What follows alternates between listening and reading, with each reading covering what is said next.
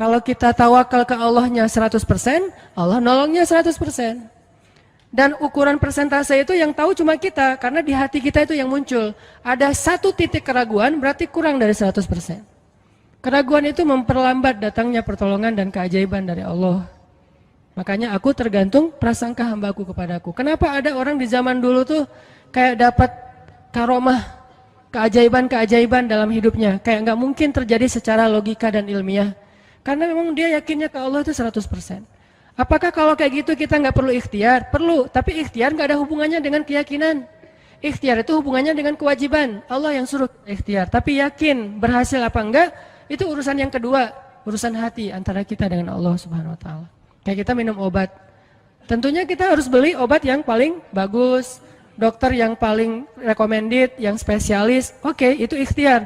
Tapi kalau sampai hati kita terlibat dengan ikhtiar itu, meyakini bahwa kalau ini pasti sembuh, kalau ini kayaknya nggak ada harapan, soalnya dokter juga nggak ahli, berarti hati kita sudah terpaut dengan makhluk dan berarti sudah berkurang yakinnya kepada Allah. Saat itu kita tidak akan melihat keajaiban. Yang terjadi dalam hidup kita saat itu apa? Hal-hal yang ilmiah. Kenapa kita hanya ngalamin hal-hal yang ilmiah? Karena kita yakinnya kepada hal yang ilmiah. Kenapa ada orang yang ngalamin hal-hal yang sifatnya miracle? Karena dia yakinnya kepada mukjizat. Yakinnya kepada aun atau pertolongan dari Allah Subhanahu wa taala. Jadi bukan kita tidak berikhtiar, ini bab a'malul qulub. Amal hati. Apakah hati kita yakin enggak sama Allah Subhanahu wa taala? Dan Umar mendengar cerita itu semakin yakin sama Allah. Makanya nanti muncul kasus di zaman Umar tuh luar biasa. Ini presiden kalau imannya 100% ke Allah, ada masalah di negaranya tuh dia tinggal bilang ya Allah beres tuh masalah. Jadi di Mesir waktu itu ada musim paceklik sampai sungai Nil tuh hampir habis tuh. Sehingga air sungai Nil nggak mengalir lagi ke ladang-ladang jagung, gandumnya orang-orang Mesir. Dan orang Mesir yang dulunya menyembah anak sapi betina mulai syirik lagi nih. Mulai berpikir, kalau kayak gini mah sama aja. Setelah Islam datang kita tetap aja susah, paceklik. Mending kita doa lagi ke nenek moyang kita, dewa-dewa yang dulu. Gubernur Mesir yang namanya Amr bin As waktu itu ngirim surat kepada Umar ke Madinah. Ya Amirul Mukminin, Mesir sedang diuji oleh Allah dengan kekeringan dan masyarakatnya hampir syirik. Kami mohon bantuan dari pusat, dari Madinah untuk membantu bagaimana mengatasi kekeringan di Mesir. Begitu surat itu sampai ke Umar bin Khattab, Umar nulis balik surat dalam bentuk doa. Bismillahirrahmanirrahim. Ya Allah, turunkanlah hujan untuk masyarakat rakyat Mesir. Dikirim ini surat ke Mesir. Waktu itu ibu katanya masih Alexandria, belum Kairo. Dikirim ke Alexandria, malam itu diambil sama Amr bin As. Pas dibaca oleh Amr bin As, Bismillahirrahmanirrahim. Ya Allah, berikan rakyat Mesir hujan yang mencukupi untuk mereka. Saat itu juga hujan turun. Sampai sungai Nil meluap dan menggenangi ladang-ladang jagung dan gandumnya orang-orang Mesir. Dan mereka bertakbir semuanya. Cuman ngirim surat doang dari Amirul Mukminin. Kan enak ya? Coba kalau kita hidup di zaman Umar. Ya Amirul Mukminin, saya belum dapat jodoh. Ya Allah beri dia jodoh. Beres. Cepet banget loh. Ya Amirul Mukminin, dia nolak saya. Ya Allah terimalah. Terima. Yang kemarin nolak hari ini. Kenapa ya saya jadi serak sama dia? Gara-gara doa Amirul Mukminin. Ini artinya teman-teman, keajaiban dari yakin kepada Allah itu luar biasa dari kisah bapak tadi tuh. Kalau kita berbaik sangka kepada Allah. Kenapa nggak ikhtiar? Mungkin sudah ikhtiar, bikin pengairan segala macam tapi belum berhasil. Yang kurang cuma satu, doa. Doa mungkin udah banyak tapi belum diijabah karena doa-doa mereka tidak seajaib doanya Umar bin Khattab. Belum lagi Umar berdiri di atas mimbar. Ini mungkin terkenal nih, kejadian dalam perang Qadisiyah kalau nggak salah. Umar lagi khutbah Jumat di Madinah. Kaum muslimin lagi berperang di Irak melawan pasukan Persia, perang Qadisiyah namanya. Irak Madinah itu kan kalau naik pesawat sekitar 2,5 jam, 3 jam, jauh tuh. Jakarta Medan lah, jauh. Nah, Umar lagi khutbah di atas mimbar, sholat Jumat, tiba-tiba tema khutbahnya tuh ganti gitu. Lagi ngomong tiba-tiba beralih tema. Wahai kaum muslimin, naiklah ke atas bukit itu, baliklah kalian mundur-mundur gitu. Jadi Umar tiba-tiba kayak ngomongin sesuatu yang gak nyambung. Orang-orang heran, ini Umar kenapa? Oh ya udah biarin, namanya juga Umar gitu kan. Dia punya Mungkin dia ngelihat setan atau apa, setan kan takut sama Umar.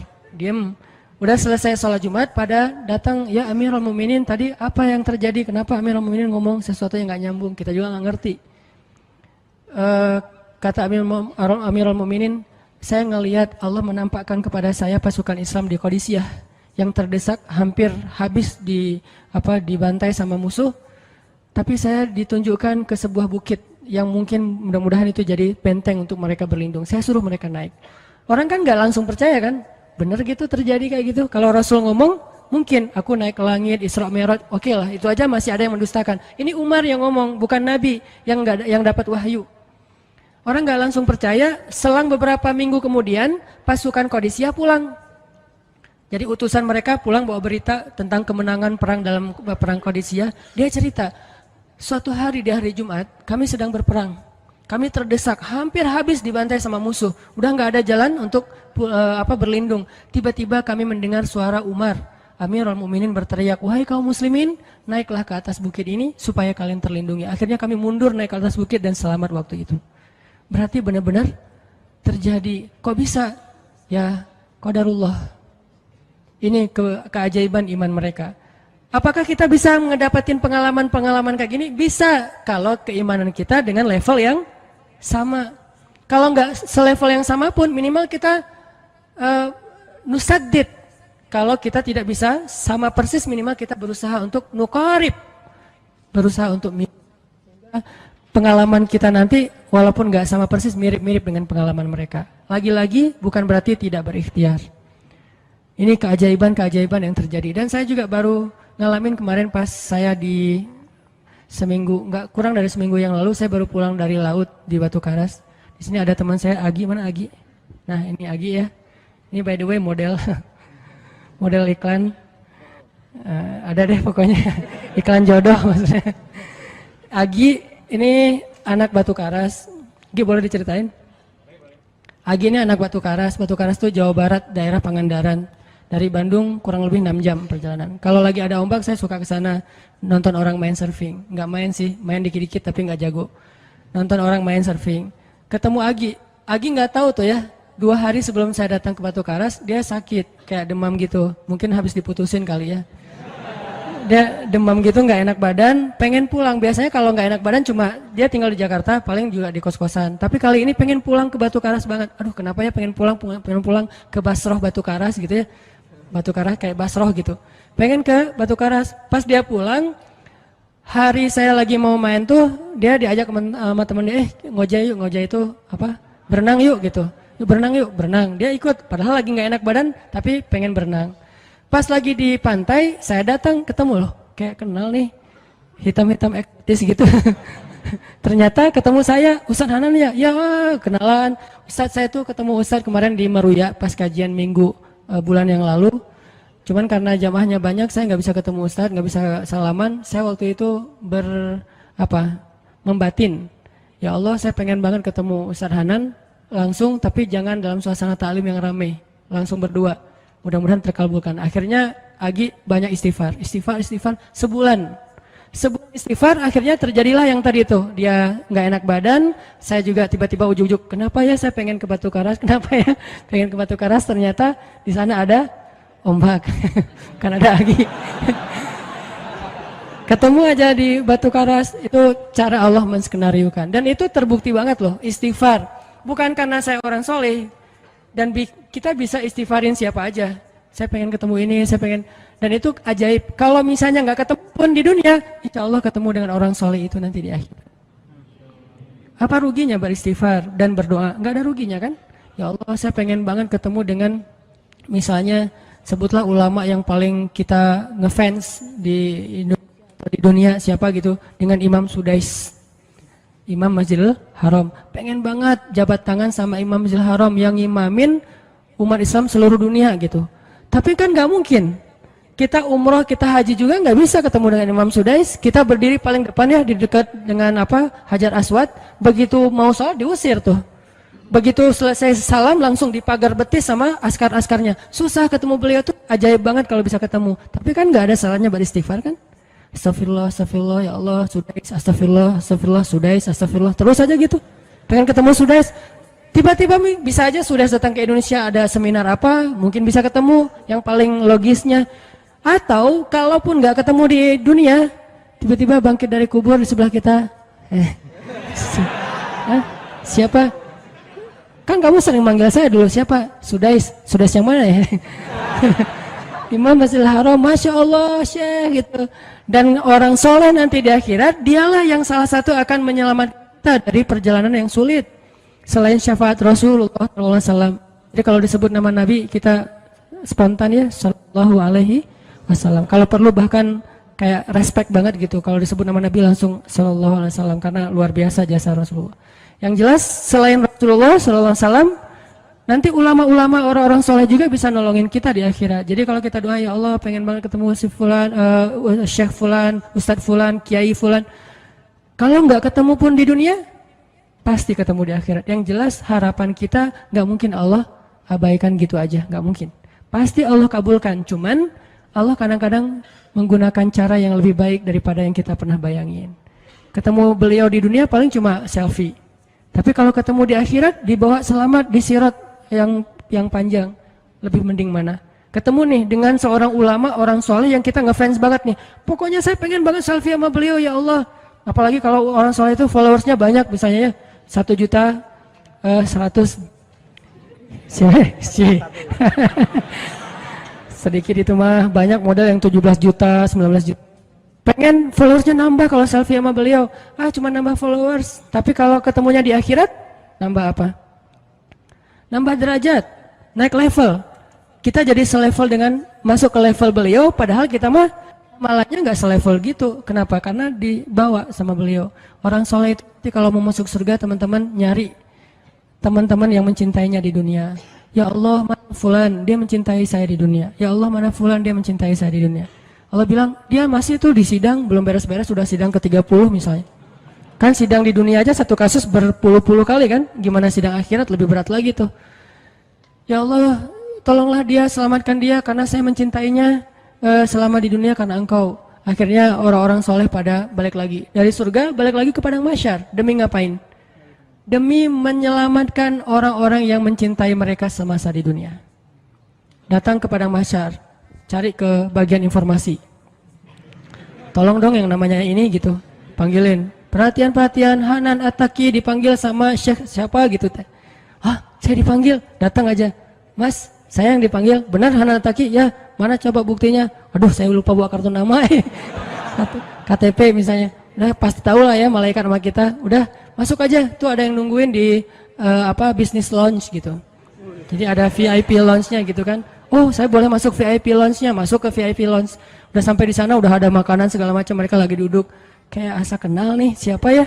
Dekat Hanan ya? Ya, wah kita sering ketemu dalam doa. Wah, akhirnya pelukan. Ada apa, Syekh? Yuk ikut saya ke surga, kan enak banget kan? Terus sidang saya gimana? Udah diberes sama teman-teman saya saya banyak teman di dalam gitu. Saya banyak. Beres kan? Di dunia aja bisa gitu, masa di akhirat gak bisa? Tapi dengan seizin Allah dan Allah ridho dengan kebaikan-kebaikan itu. Jadi nggak ada sia-sianya juga kita. Kan dulu saya pernah cerita yang Imam Ahmad bin Hambal kan yang pengen banget ke Basrah, dan itu ternyata terjadi juga sama Agi. Dan terjadi juga sama salah seorang driver ojek online di Bandung. Baru 2 bulan yang lalu kejadiannya. Saya lagi datang ke markasnya Pemuda Hijrah, kita sering ada kayak rapat gitu di kantor. Markas kita namanya Masjid Al-Latif di dekat Gedung Sate. Datang dari pagi rapat sampai sore. Dan saya pakai baju baju main biasa, bukan pakai baju taklim. Sebetulnya sama aja sih. Nah, waktu itu sholat zuhur di Masjid Al-Latif, saya ngimamin sama asar. Habis asar pulang, karena nggak nyetir sendiri, saya pakai online, saya order nih. Order, pakai ojek, ada yang ngambil. Drivernya ngambil, datang, jemput, pulang. Kemana? Ke Cimahi, pulang. Di tengah jalan dia nanya, Mas sering sholat di Masjid Al-Latif itu ya? Saya bilang, ya lumayan, saya bilang. Iya itu masjid rame banget, anak-anak muda pada numplak di situ taklim. Siapa sih itu, ada imam muda, bagus suaranya gitu. Ntar jangan GR dulu. Muzammil, oh iya Muzammil, ya bagus tuh. Tadi udah GR, ternyata salah. Oh Muzamil, benar-benar Muzamil tuh suaranya bagus banget ya, anak ITB kan? Ya anak ITB ya. Kalau Mas di situ sering ngimamin juga? Ya sesekali sih saya bilang. Dia mulai curiga gitu. Suka ikut talim juga di sana? Ya kadang-kadang saya bilang. Kenal sama Muzamil? Ya lumayan, padahal murid sendiri kan. Lumayan saya bilang. Oh Mas kayak nggak asing nih. Mas tadi ngimamin sholat zuhur bukan? Ya saya bilang. Mulai curiga kan dia. Mas namanya siapa sih Mas? Hanan saya bilang. Hanan? Hanan yang mana nih? Ya.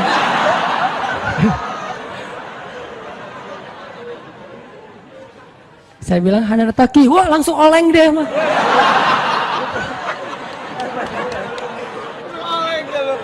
Oh, Mas biasa aja Mas biasa aja gitu. Ini benar Ustaz Hanan Taki, benar. Masya Allah, ya Allah, udah gitu kayak terharu gitu, heboh, semua orang pada ngelihat lampu merah lah gitu ya, pada ngelihat semuanya. Saya langsung pakai masker, gitu. Ustadz tahu nggak Ustadz, saya sebulan ini istighfar terus habis dengerin cerita Imam Ahmad bin Hambal yang ke Basrah, saya istighfar, ya Allah pengen banget ketemu Ustadz Hanan, tapi jangan ditaklim berdua, jadi bisa curhat-curhatan gitu. Ternyata Allah bikin skenario, saya order ojek online, dia ngambil, jadi ngobrol di jalan sampai ke rumah, akhirnya bertamu nggak pulang-pulang. Wah ini luar biasa cara Allah. Dan wallahi teman-teman, dan itu terjadi. Jadi udah 2 kasus nih yang saya alamin ya. Satu lagi yang ojek online tadi, dan dua-duanya hajatnya sebulan Allah kabulkan. Jadi kalau ketemu saya aja sebulan gampang, masa ketemu jodoh bertahun-tahun gak dapat ya? Gimana nih? Istighfarnya gimana nih? Ini terutama buat cewek-cewek nih. Kalau cewek-cewek kan nggak bisa nyari, masa cewek kepo gitu kan nggak mungkin. Pura-pura follow, nge-like. Kok dia nge-like terus yang first like lah gitu? Nggak mungkin kan? Cewek kan agak-agak jaim. Ya udah istighfar aja deh. Banyak-banyak istighfar. Tiba-tiba ada yang kesandung jatuh di depan cewek, HP-nya jatuh. Dia pergi, HP-nya nomornya. Nggak penting sih ceritanya. Pokoknya ada. Ada jalan dari Allah yang kita nggak ngerti nih, yang jelas bisa. Kita tinggal yakin aja sama Allah, istighfar, Allah yang kasih jalan. Walladzina jahadu fina lanahdiyannahum subulana. Pokoknya kalau kalian bersungguh-sungguh kata Allah di jalan kami, udah kami kasih jalan-jalan keluar yang subul, jamak dari sabil, banyak banget jalan keluar di sisi Allah. Yang penting kita jahadu fillah, berusaha di jalan Allah Subhanahu wa taala.